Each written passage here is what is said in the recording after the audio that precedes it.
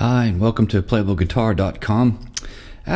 Before you run for the hills or need to be taken by the hand and led away to a darkened room to put a cold cloth on your forehead, don't panic about what you're seeing on this screen. This is not a lesson. This is just a scheme of work here. It's a way of telling you what it is that we're going to tell you, and then on the website we'll tell you. And then somewhere along the way we'll tell you what we told you. So you can see this is really just 6 sections. There's several ideas in the first, just one in the second there, another single idea there.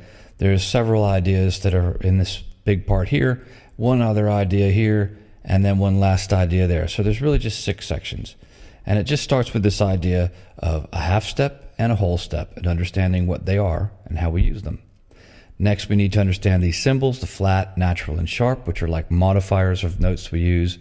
This idea of the natural half step, which is just E to F and B to C.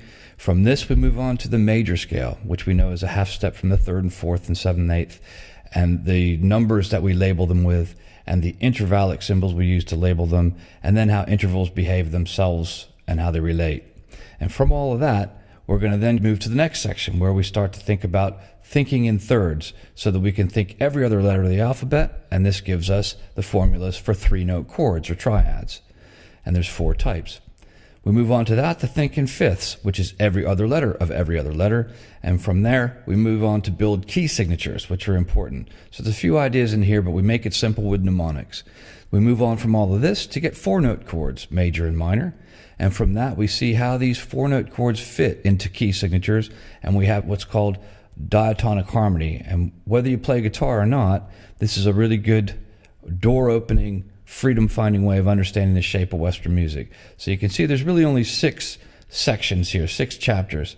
And through that, we're going to figure out how you can get a whole world of musical understanding to happen, and pretty painlessly, really. Then finally, print these off from these screenshots, which I'm using in lighter and lighter background to save your toner ink, or you can download them on the website. Great. Thanks for watching.